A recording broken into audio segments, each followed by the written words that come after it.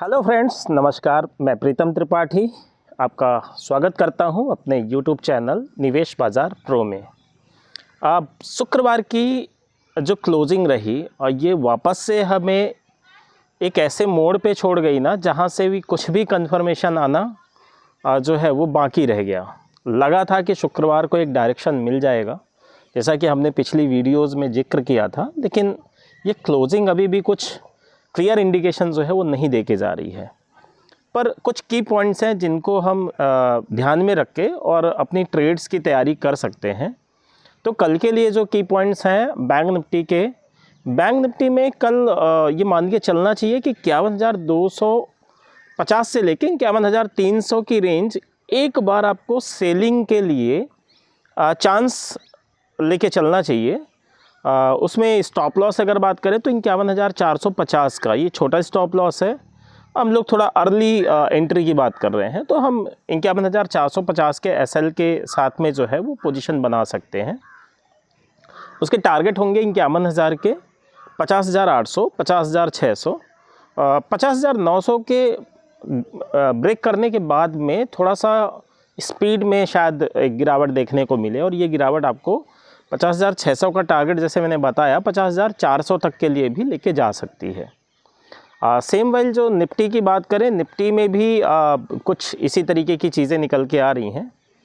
फ़िलहाल के लिए तो 25,000 मतलब समझिए कि एक रेजिस्टेंस का जोन जो है वो बन गया है, 25,050 भी। लेकिन एक बड़ी रेंज अगर मैं बात करूं कि कहां से ब्रेकआउट होने पे और कहां पे ब्रेकडाउन होने पे थोड़ा कन्फर्मेशन आएगा ट्रेंड का, तो 25,250 या थोड़ा और नीचे बात करें तो 25,150 ये एक रेंज है जहां जिसको जो रेफरेंस मान के हम लोग सेल कर सकते हैं, और जिसके टारगेट होंगे 25,050, 24,950, 24,850 और 24,700 भी पॉसिबल है। और जैसे ही ये 800 के नीचे आएगा ना, थोड़ा सा बड़ी गिरावट भी देखने को मिल सकती है।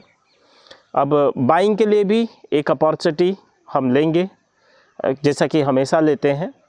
बाइंग के लिए भी जो निफ्टी के अंदर है, ये कल के लिए तो कुछ ऐसा खास लेवल है नहीं, पर एक बार 24,400 के आसपास जाएगा तो वहाँ से हम लोग एक बार 25,000 के लिए जो है बाइंग के लिए प्लान करेंगे। सो वो शायद अगले 2-3 सेशन में निकल के आए।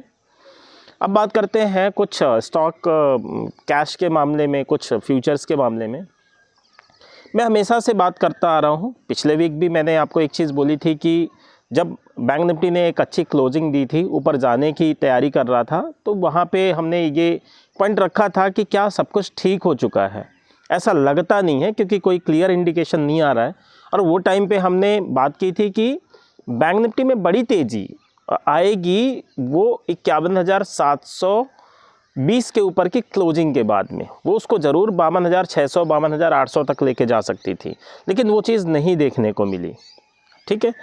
और इसी तरीके से निफ्टी में भी मतलब ऊपरी हिस्सों पे लगातार सेलिंग आ रही है। तो हम जो इंडेक्स की बात करते हैं, इंडेक्स के साथ साथ मेन हमारा फोकस इस बात पे भी है कि पोर्टफोलियो के लेके, क्योंकि तकरीबन 80% लोग जो है वो स्टॉक कैश के साथ में भी डील करते हैं। तो पोर्टफोलियो में क्या करना है, मैं एक बार फिर से रिपीट करूँगा कि पोर्टफोलियो में प्रॉफिट बुकिंग करना इस समय एक बेहतर डिसीजन हो सकता है।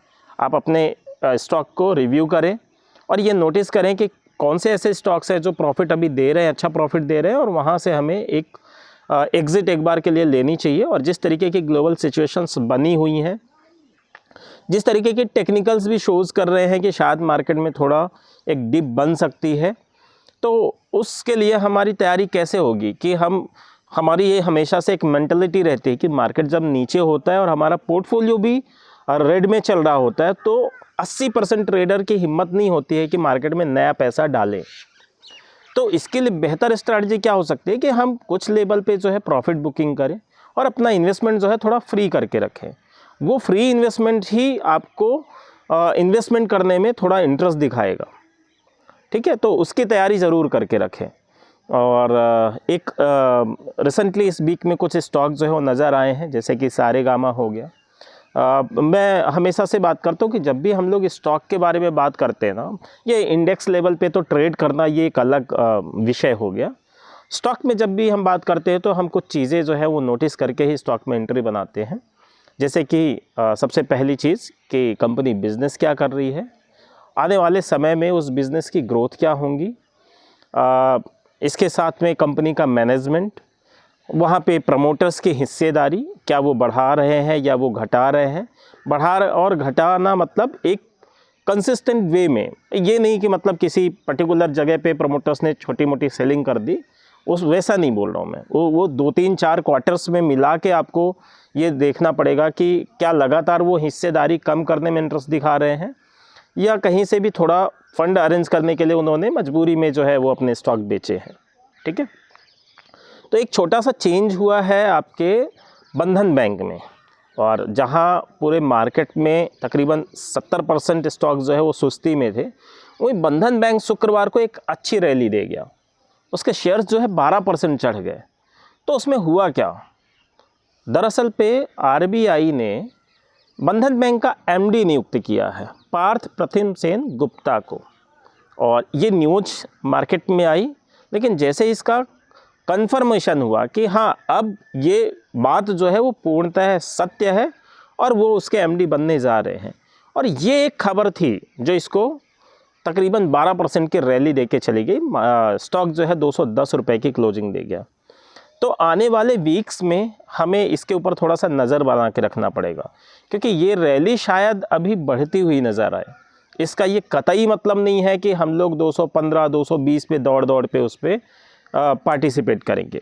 इसका मतलब ये हो गया कि जिस तरीके से वो 180-85 में एक कंसोलिडेशन जोन से निकल के और 200 क्रॉस करके आया, तो हम लोग नोटिस करेंगे कि अगर थोड़ा सा प्रॉफिट बुकिंग का मामला दिखता है ये स्टॉक में, और ये स्टॉक अपने को 190-200 की रेंज में मिलता है, तो वहाँ पे हम लोग एक चांस लेंगे और ये रिकवरी जो है वो 225, 240 और 260 तक की हो सकती है।